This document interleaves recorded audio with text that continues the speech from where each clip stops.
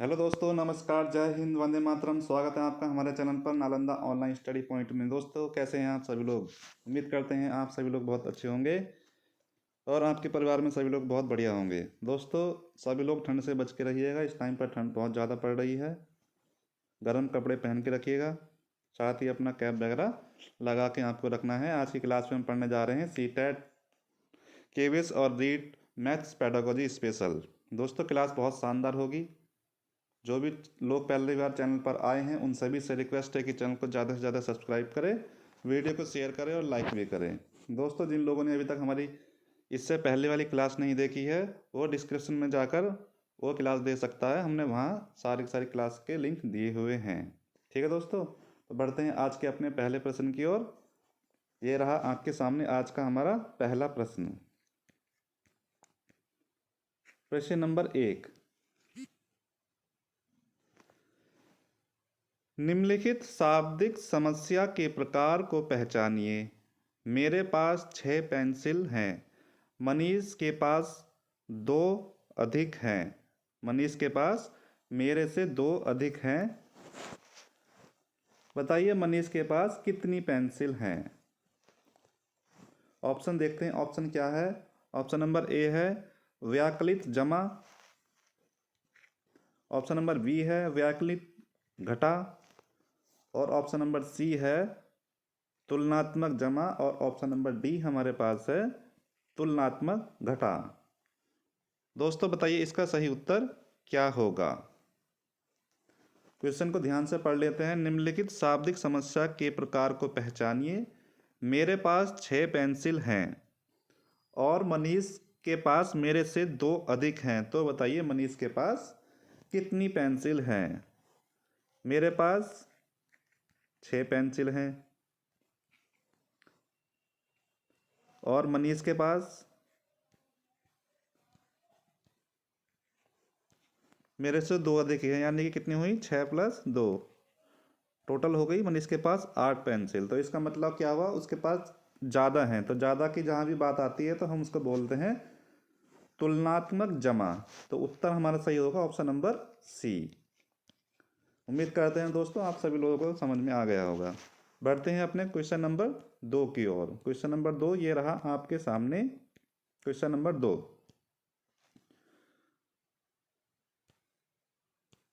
Screen को हम साफ कर देते हैं। इससे पहले वाला जो था ये, हाँ, क्वेश्चन नंबर 2 ये रहा आपके सामने। निम्नलिखित में से क्या गणितीय तर्कणा का सूचक है? ऑप्शन नंबर ए हमारे पास है परिकलन में निपुणता की क्षमता।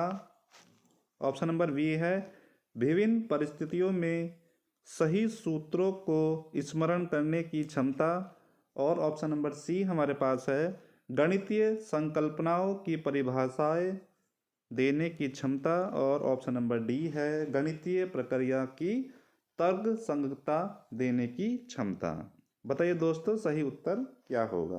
क्वेश्चन नंबर 2, दोस्तों इसका सही उत्तर होगा ऑप्शन नंबर बी, विभिन्न परिस्थितियों में सही सूत्रों को स्मरण करने की क्षमता होनी चाहिए। यही तर्कणा का सूचक है। क्वेश्चन नंबर 2 के बाद बढ़ते हैं क्वेश्चन नंबर 3। ये रहा आपके सामने क्वेश्चन नंबर 3। क्वेश्चन नंबर 3 है वॉन हेले के स्तर जिस विकास की अवस्थाओं का संकेत करते हैं वह है। ऑप्शन नंबर ए है ज्यामितीय चिंतन। ऑप्शन नंबर बी हमारे पास है भिन्न। ऑप्शन नंबर सी है संख्या की संकल्पना। और ऑप्शन नंबर डी है स्थानीय मान। बताइए वॉन हेले के स्तर जिस विकास की अवस्थाओं का संकेत करते हैं वह कौन सी है? दोस्तों सही उत्तर होगा ऑप्शन नंबर ए। जहाँ भी आप वैन हेले का क्वेश्चन देखते हैं, वैन हेले का नाम देखते हैं, वहाँ पर ज़्यादातर आपका सही उत्तर होगा ज्यामितीय चिंतन। ठीक है दोस्तों, बढ़ते हैं अपने क्वेश्चन नंबर नेक्स्ट की ओर। क्वेश्चन नंबर 4 ये रहा आपके सामने क्वेश्चन नंबर 4। क्वेश्चन नंबर 4 है निम्नलिखित समुच्चयों में से कौन सा गणित में प्रश्न हल करने का कौशल है? ऑप्शन नंबर ए हमारे पास है चित्रांकन करना, पीछे से हल करना, रट लेना। ऑप्शन नंबर बी देखते हैं। बी हमारे पास है कंटस्थ करना। अनुमान लगाना, परीक्षण करना और चित्रांकन करना। ऑप्शन नंबर सी है प्रयत्न, त्रुटि, विधि, चित्रांकन और कंठस्थ करना। और ऑप्शन नंबर डी हमारे पास है विवेचना करना, चर का प्रयोग करना और प्रतिरूप देखना। देखो दोस्तों, आपको मैं एक बात बता देता हूँ, जहाँ भी सीटेट या यूपी टेट के अंदर या केवीएस रीट के अंदर आपको रटने की बात करी जाती है, कंठस्थ की बात करी जाती है और आपका क्वेश्चन पॉजिटिव में है, तो वह उत्तर हमेशा आपका नेगेटिव माना जाएगा एनसीएफ 2005 के अकॉर्डिंग। दोस्तों देखो, इसमें भी रटने की बात हो गई तो ये उत्तर हमारा नहीं होगा। कंठस्थ करना भी हमारा रटना होता है, याद करना, यह उत्तर भी हमारा नहीं होगा। ए और बी दोनों हमारे गलत हो गए। सी में क्या बोला गया है? तो सी हमारा प्रयत्न, त्रुटि, चित्रांकन और कंठस्थ करना। इसमें भी कंठस्थ की बात होगी तो ये उत्तर भी हमारा सही नहीं होगा। और ऑप्शन डी हमारे पास है विवेचना करना, चर का प्रयोग करना, प्रतिरूप देखना। इसमें हमारे देखो कहीं भी कंठस्थ की बात नहीं हो रही है, रटने की बात नहीं हो रही है, याद रखने वाली बात नहीं हो रही है, तो हमारा सही उत्तर होगा ऑप्शन नंबर डी। ठीक है दोस्तों, बढ़ते हैं क्वेश्चन नंबर 5 की ओर। क्वेश्चन नंबर 5 देखते हैं क्या है। ये रहा क्वेश्चन नंबर 5 आपके सामने। एक संख्या का दशमलव निरूपण समझने के लिए निम्नलिखित में कौन सी पूर्व जानकारी का ज्ञान होना चाहिए? ऑप्शन नंबर ए है योग का, ऑप्शन नंबर बी है व्याकलन, ऑप्शन नंबर सी है स्थानीय मान और ऑप्शन नंबर डी हमारे पास है गुणा। बताइए दोस्तों सही उत्तर क्या होगा? एक संख्या का दशमलव निरूपण समझने के लिए निम्नलिखित में कौन सी पूर्व जानकारी का होना जरूरी है? Question number 5। तो दोस्तों सही उत्तर है स्थानीय मान। स्थानीय मान का हमें पता होना जरूरी है। सही उत्तर होगा हमारा option number C. Question number 5 के बाद है क्वेश्चन नंबर 6। ये रहा आप लोगों के सामने क्वेश्चन नंबर 6। क्वेश्चन नंबर 6 है बच्चों को भिन्न की संकल्पना पढ़ाने के लिए निम्नलिखित में से क्या अत्यंत उपयुक्त है? ऑप्शन देखते हैं, ऑप्शन क्या है? ऑप्शन हमारे पास है क्विज़नियर छड़े, ऑप्शन नंबर बी है गिनतारा, ऑप्शन नंबर सी जियो बोर्ड और ऑप्शन नंबर डी है संख्या चार्ट। बताइए दोस्तों सही उत्तर क्या होगा क्वेश्चन नंबर 6 का? दोस्तों इसका जो सही उत्तर होगा ऑप्शन नंबर ए, क्विज़नियर छड़े होना हमारे पास अत्यंत उपयुक्त है। क्वेश्चन नंबर 6 के बाद हमारे पास है क्वेश्चन नंबर 7। गणित की प्रकृति के विषय में निम्नलिखित में से कौन सा कथन सत्य नहीं है? ऑप्शन देखते हैं, ऑप्शन क्या बोल रहा है? ऑप्शन नंबर ए गणित में विचारों के सही संचारण के लिए विशेष शब्दावली का प्रयोग होता है। ऑप्शन नंबर बी है गणितीय ज्ञान की संरचना में तर्क कौशल महत्वपूर्ण है। ऑप्शन नंबर सी गणितीय संकल्पनाओं की प्रकृति श्रेणीबद्ध है। और ऑप्शन नंबर डी है प्राथमिक स्तर पर गणित प्रत्यक्ष और कल्पना की आवश्यकता नहीं है। दोस्तों इसका जो सही उत्तर होगा ऑप्शन नंबर डी, प्राथमिक स्तर पर हमें गणित में प्रत्यक्ष और कल्पना की आवश्यकता नहीं होती है। ये बात आपको ध्यान में रखनी है। क्वेश्चन नंबर 7 के बाद हमारे पास है क्वेश्चन नंबर 8। ये रहा आपके सामने क्वेश्चन नंबर 8। निम्नलिखित कथनों में से किसमें संख्या 3 का योग क्रमसूचक भाव में हुआ है? ऑप्शन देखते हैं। ऑप्शन ए इस डिब्बे में 3 पेंसिलों के कई समूह हैं। ऑप्शन नंबर बी है मैं इस इमारत की तीसरी मंजिल पर रहता हूँ। और ऑप्शन नंबर सी है इस घर में 3 कमरे हैं। और हमारे पास ऑप्शन नंबर डी है प्रत्येक समूह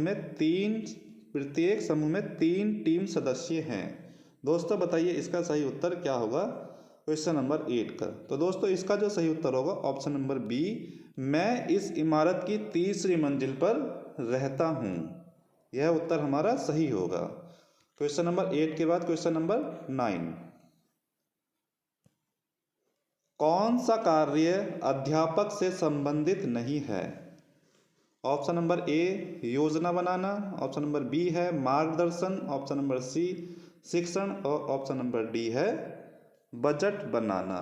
तो दोस्तों योजना बनाना भी अध्यापक से संबंधित है और मार्गदर्शन भी अध्यापक से संबंधित है और शिक्षण तो सबसे ज़्यादा इम्पोर्टेंट है जो हमारे अध्यापक से संबंधित होता है। और ऑप्शन नंबर जो डी है बजट बनाना, यह एक अध्यापक का काम नहीं होता है, यह सरकारों का काम होता है। राज्य सरकार या केंद्र सरकार बजट बनाती है। तो ऑप्शन नंबर डी हमारा बिल्कुल सही उत्तर हुआ।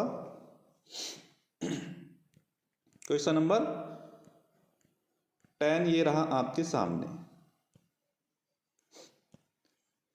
निम्नलिखित में से कौन सा क्रियाकलाप बच्चों में त्रिविम समझ को विकसित करने के लिए अधिक उपयुक्त है? बताइए दोस्तों इसका सही उत्तर क्या होगा। ऑप्शन देखते हैं। ऑप्शन ए है चंद्रमा के उदय होने का समय लिखना, ऑप्शन नंबर बी संख्याओं को संख्या रेखा पर निरूपित करना और ऑप्शन नंबर सी है बोतल के ऊपरी दृश्य को चित्रित करना और डी है हमारे पास मानचित्र पर शहरों का स्थान निर्धारण करना।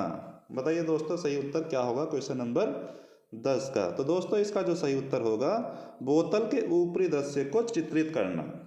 ठीक है दोस्तों, बढ़ते हैं अगले प्रश्न की ओर। Question number 11,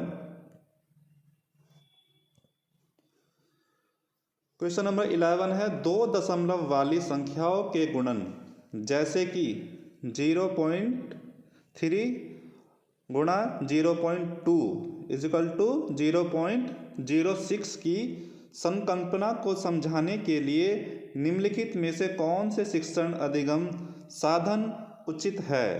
option number A है संख्या chart, option number B graph paper, option number C है डायनिस ब्लॉक्स और ऑप्शन नंबर डी हमारे पास है टेलर गिनतारा, जिसको हम टेलर अबाकस के नाम से भी जानते हैं। तो दोस्तों बताइए इसका सही उत्तर क्या होगा क्वेश्चन नंबर 11।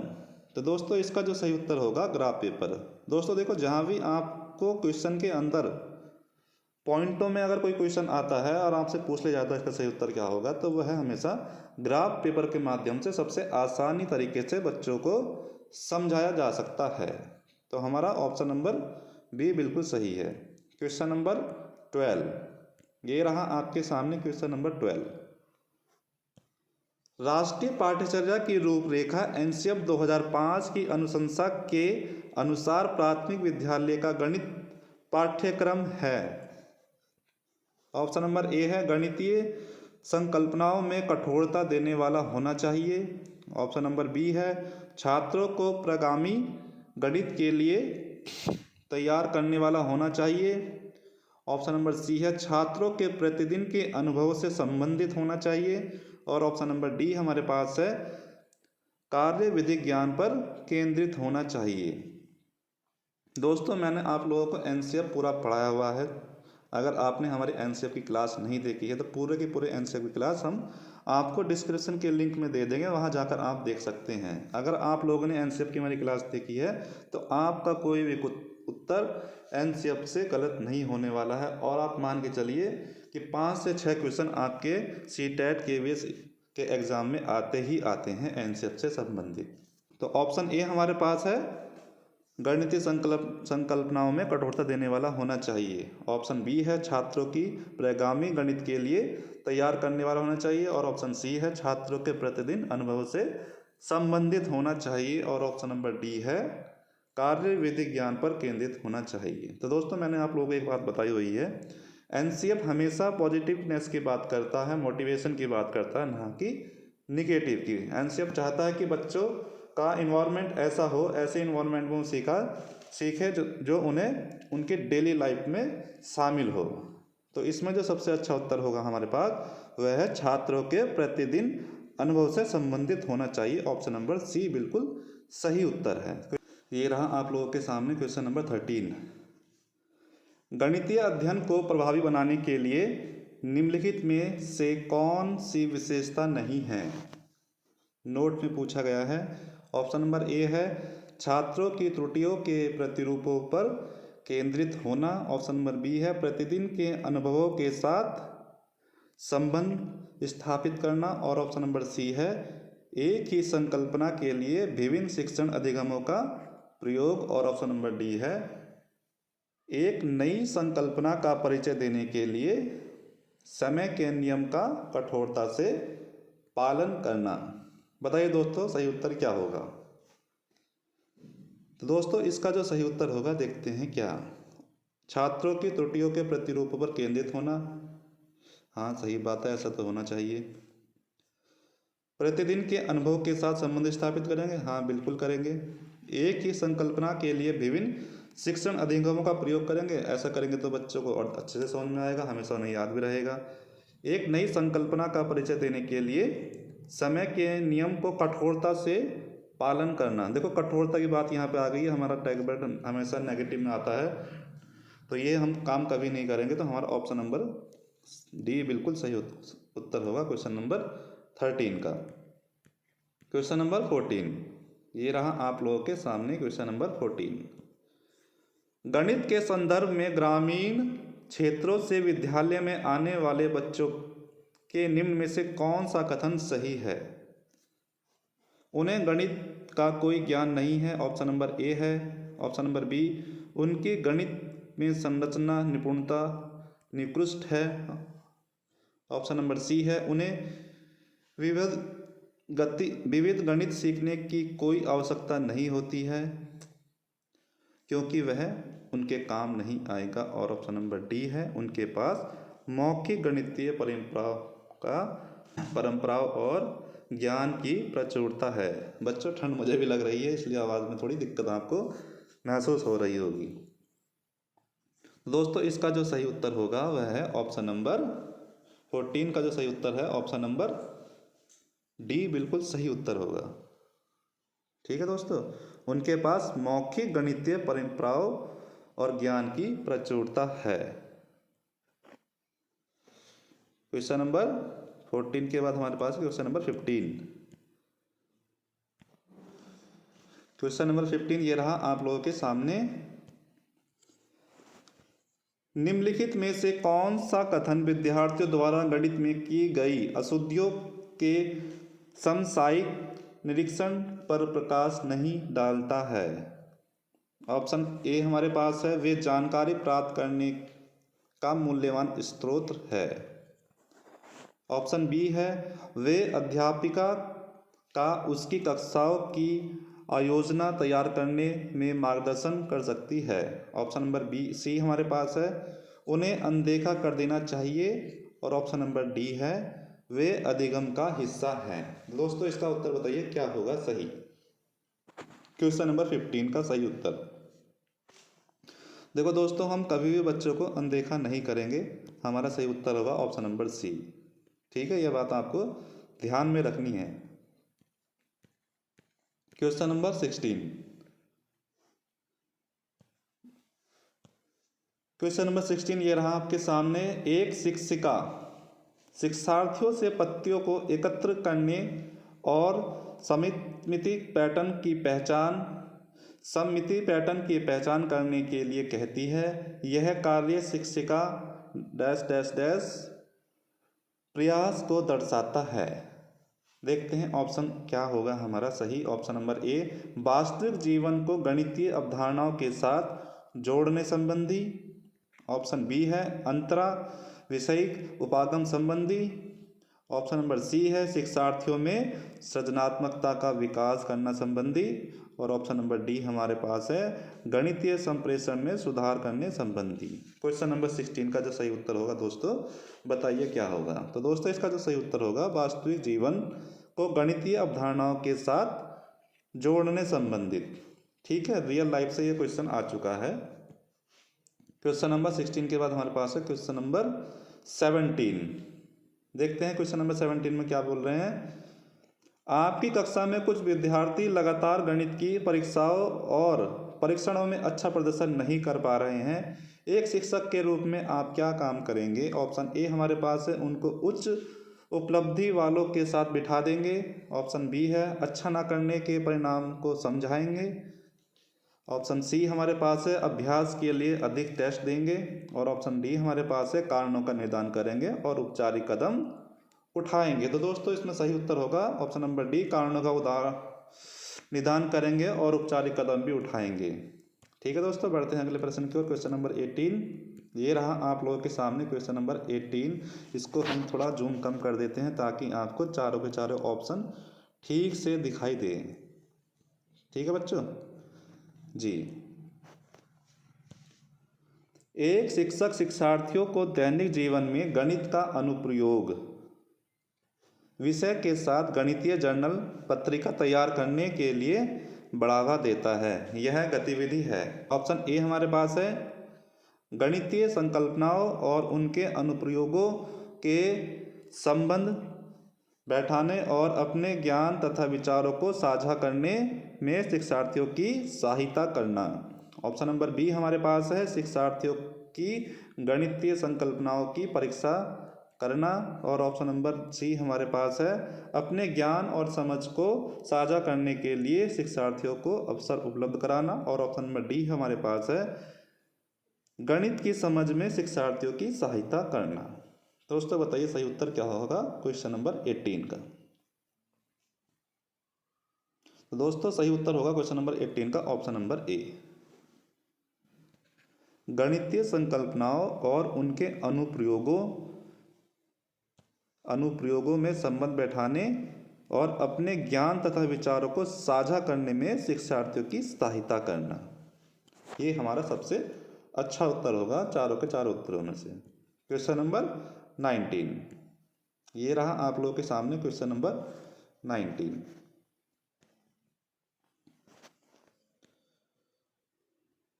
क्वेश्चन नंबर 19 हमारे पास है, देखते हैं क्या है क्वेश्चन नंबर 19।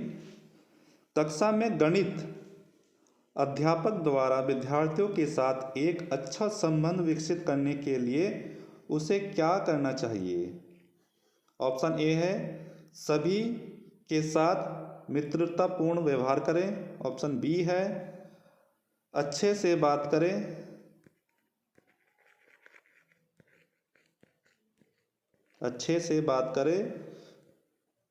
और ऑप्शन सी है, बच्चों से प्यार करें। ऑप्शन डी है, व्यक्तिगत ध्यान दें। बताइए दोस्तों सही उत्तर क्या होगा क्वेश्चन नंबर 19 का।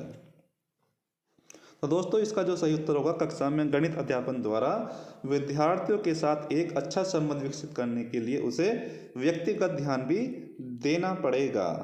ठीक है दोस्तों, ये बात भी आपको ध्यान में रखनी है। आपको मित्रता व्यवहार भी करना पड़ेगा और व्यक्तिगत ध्यान भी आपको देना पड़ेगा। क्वेश्चन ये रहा आप लोगों के सामने क्वेश्चन नंबर 21। बहुत ही अच्छा क्वेश्चन है ये भी, देखते हैं क्या है। निम्नलिखित एक समस्या है जो कक्षा 6 से ली गई है। रेखीय व्यंजन के माध्यम से निम्नलिखित कथन को अभिव्यक्त कीजिए। नेहा के पास मेघा की तुलना में 7 ज़्यादा टॉफियाँ हैं। यदि मेघा के पास X टॉफी है तो नेहा के पास कितनी टॉफियाँ होंगी। इस सवाल में ब्लूम के संज्ञानात्मक क्षेत्र की किस क्षमता की ओर संकेत किया गया है। ऑप्शन नंबर ए हमारे पास है, संश्लेषण सिंथेसिस। ऑप्शन नंबर बी है, ज्ञान नॉलेज। ऑप्शन नंबर सी है, बोधन कॉम्प्रिहेंशन। और ऑप्शन नंबर डी हमारे पास है, विश्लेषण एनालिसिस। ठीक है दोस्तों, बताइए इसका सही उत्तर क्या होगा। तो दोस्तों इसका जो सही उत्तर होगा ऑप्शन नंबर सी, कॉम्प्रिहेंशन या बोधन। ठीक है, बढ़ते हैं क्वेश्चन नंबर 22। ये रहा आपके सामने क्वेश्चन नंबर 22। निम्न में से किसमें गणित विषय का प्रयोग स्पष्ट रूप में नहीं हो रहा है। देखते हैं कि इसमें नहीं हो रहा। ऑप्शन ए, लाभ हानि। ऑप्शन नंबर बी है साइकिल चलाना, ऑप्शन नंबर सी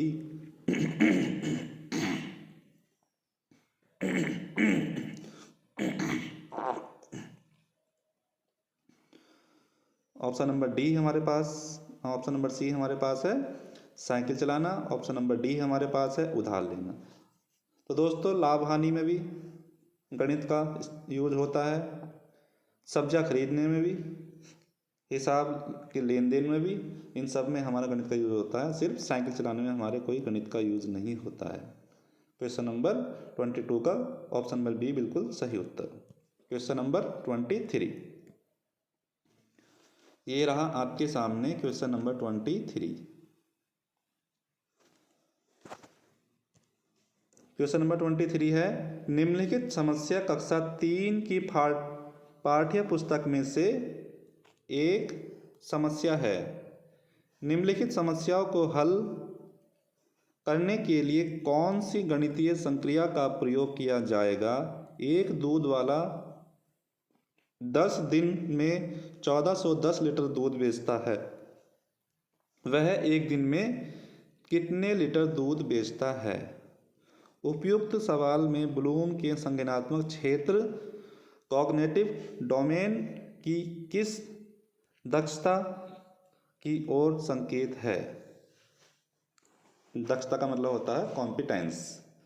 बताइए, ऑप्शन नंबर ए है नॉलेज, ऑप्शन नंबर बी बोध कॉम्प्रिहेंशन, ऑप्शन नंबर सी है विश्लेषण एनालिसिस, ऑप्शन नंबर डी है सिंथेसिस या संश्लेषण। तो बताइए दोस्तों इसका सही उत्तर क्या होगा क्वेश्चन नंबर 23 का। तो दोस्तों इसमें होता है एनालिसिस, ऑप्शन नंबर सी बिल्कुल सही उत्तर होगा। क्वेश्चन नंबर 23 के बाद हमारे पास है क्वेश्चन नंबर 24। क्वेश्चन नंबर 24, एक अध्यापक कक्षा शिक्षण क्लासरूम टीचिंग में किस उद्देश्य को प्राप्त करता है। ऑप्शन ए हमारे पास है ज्ञानात्मक कॉग्निटिव, ऑप्शन नंबर बी है भावनात्मक अफेक्टिव, ऑप्शन नंबर सी है मंच चालक, और ऑप्शन नंबर डी हमारे पास है उपयुक्त सभी। बताइए दोस्तों इसका सही उत्तर क्या होगा क्वेश्चन नंबर 24 का। तो दोस्तों इसका सही उत्तर होगा उपयुक्त सभी, ज्ञानात्मक भी, भावनात्मक भी और मंच चालक भी। क्वेश्चन नंबर 25, ये रहा आपके सामने क्वेश्चन नंबर 25। गणित की एक शिक्षिका निम्नलिखित कारणों से अपनी कक्षा का प्रारंभ कुछ प्रश्न पूछते हुए करती है। सबसे कम प्राथमिकता वाला कारण चुनिए। ऑप्शन नंबर ए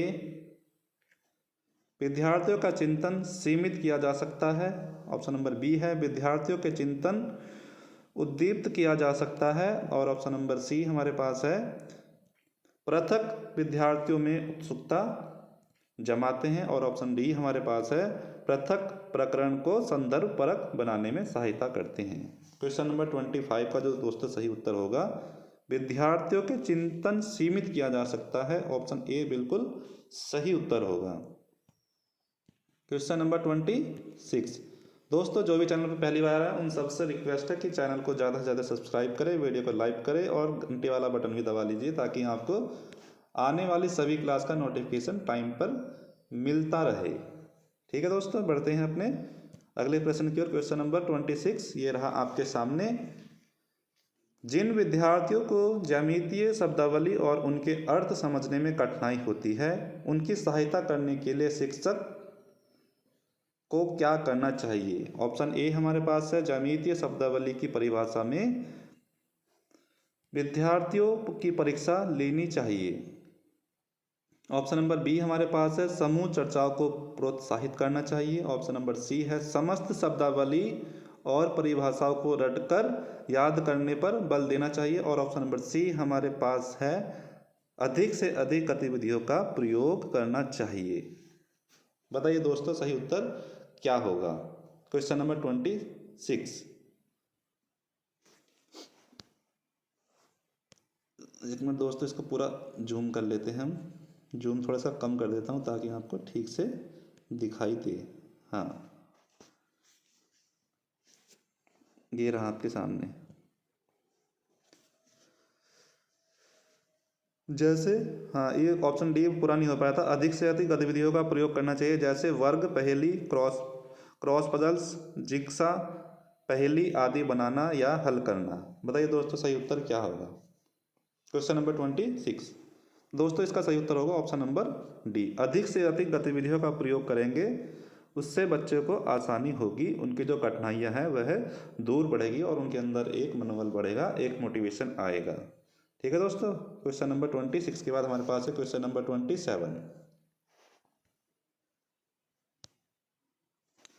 ये रहा आपके सामने क्वेश्चन नंबर 27। गणित शिक्षण में निम्न में से संबंधी समस्या है। ऑप्शन ए, बालकों द्वारा अभ्यास कार्य नहीं करना।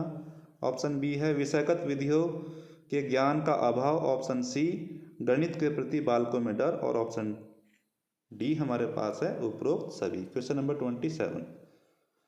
तो दोस्तों इसका सही उत्तर होगा ऑप्शन नंबर बी, विषयगत विधियों का ज्ञान का अभाव। ठीक है, बढ़ते हैं अपने अगले प्रश्न के क्वेश्चन नंबर 28। ये रहा आपके सामने आज का क्वेश्चन नंबर 28। आपकी कक्षा में कुछ बच्चे गणित विषय में बहुत कमजोर हैं, इस समस्या का प्रमुख कारण क्या हो सकता है। ऑप्शन नंबर ए, शारीरिक रूप से उन बच्चों का स्वास्थ्य नहीं होना। ऑप्शन नंबर बी है प्राथमिक स्तर पर बच्चों की नींव कमजोर होना। ऑप्शन नंबर सी, बच्चों के खेल के प्रति अधिक रुचि। और ऑप्शन डी है उपयुक्त से कोई नहीं।